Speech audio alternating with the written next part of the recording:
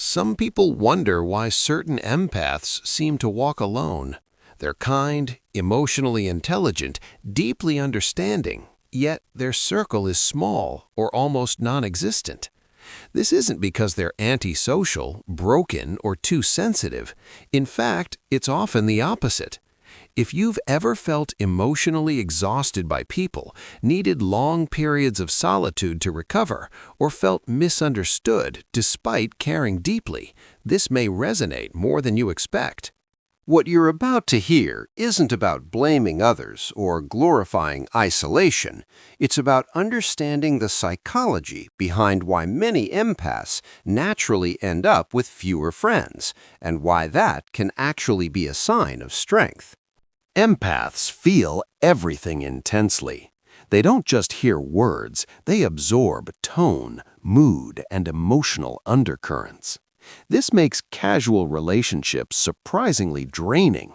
Small talk isn't neutral for them, it costs energy.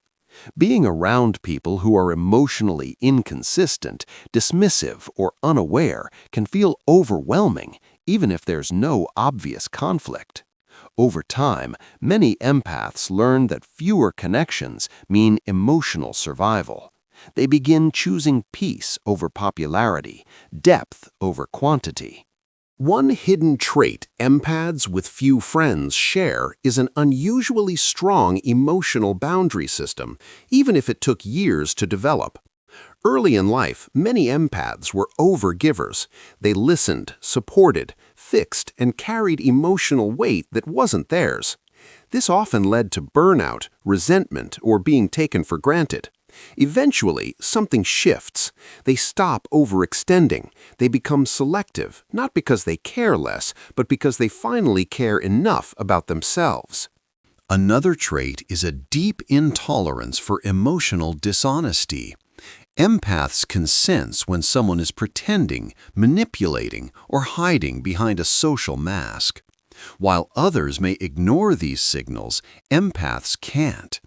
Being around insincerity creates internal tension. This makes many social environments, work gatherings, parties, surface-level friendships feel uncomfortable or even unsafe. Rather than constantly navigating emotional dissonance, empaths often withdraw. Empaths with few friends are also highly self-reflective. They spend a lot of time analyzing their thoughts, emotions, and reactions. This inner world becomes rich and complex, sometimes more fulfilling than external stimulation. While this depth allows for growth and insight, it also makes it harder to connect with people who avoid introspection or emotional responsibility. Conversations that lack depth feel empty. Relationships without emotional awareness feel unbalanced. There's also a strong pattern of emotional fatigue. Empaths don't just feel their own emotions, they unconsciously process others' feelings too. Being around stressed, angry, or emotionally unstable people can leave them exhausted without knowing why. After repeated experiences of emotional overload, many empaths reduce their social exposure. Fewer friends means fewer emotional waves to manage. Another overlooked trait is a high sensitivity to reciprocity. Empaths notice when effort isn't mutual. They feel when they're always the one checking in, listening, understanding, and forgiving. At some point, this imbalance becomes impossible to ignore. Instead of confronting repeatedly or explaining themselves endlessly, many empaths quietly step back. The friendship fades, not from anger, but from emotional clarity. Empaths with few friends often have a strong sense of personal values. They care deeply about kindness, respect, authenticity, and emotional safety. When relationships consistently violate these values, empaths don't argue to change people, they leave. This makes their social circle shrink, but the remaining connections are usually meaningful and emotionally aligned. Another hidden trait is comfort with solitude. While loneliness can still exist, many empaths learn the difference between being alone and being drained by the wrong company. Solitude becomes a form of emotional regulation. It allows them to reset, reflect, and reconnect with themselves. This comfort with being alone often gets misinterpreted as coldness or avoidance, but it's actually self-preservation. Many empaths with few friends are also highly intuitive. They sense shifts in energy, unspoken resentment, or future emotional conflicts long before they surface. Instead of waiting for relationships to deteriorate dramatically, they withdraw early. To others, this can look sudden or confusing.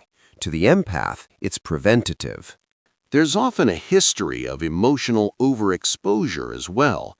Some empaths grew up in environments where they had to become emotionally aware too early, reading moods, calming tension, or supporting others before they were ready. As adults, they become cautious about emotional closeness. They crave deep connection, but fear emotional responsibility being placed on them again. This paradox leads them to keep their circle small. Empaths with few friends also tend to dislike emotional chaos. Drama, conflict, and emotional unpredictability disrupt their internal balance. While some people thrive on intense social dynamics, empaths feel destabilized by them. They choose calm environments and emotionally mature people, even if that means long stretches without close companionship. Another trait is a strong inner compass.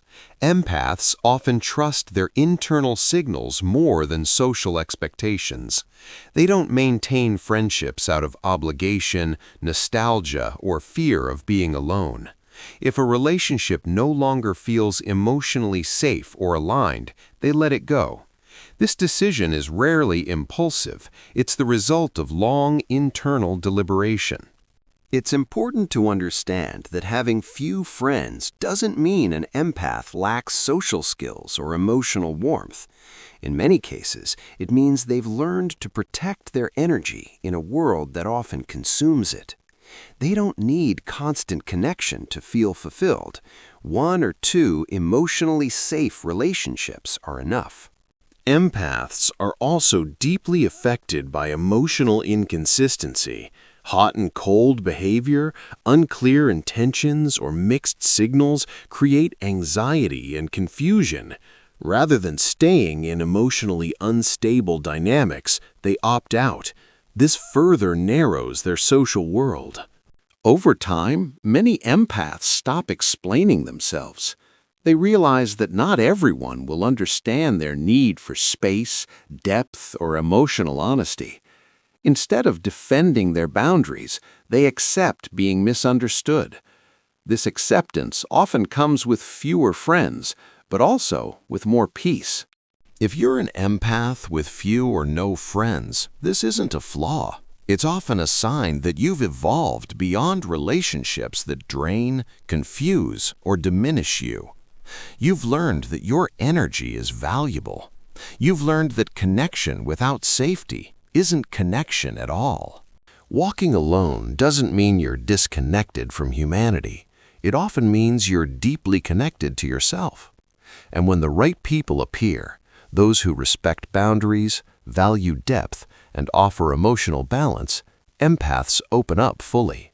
Until then, solitude becomes not a weakness, but a sanctuary. If this message resonated with you, you're not alone in feeling this way. Even if it feels that way sometimes, understanding your nature is the first step toward honoring it, and honoring it is what eventually leads to the kind of connections that don't require you to shrink, explain, or overextend just to belong.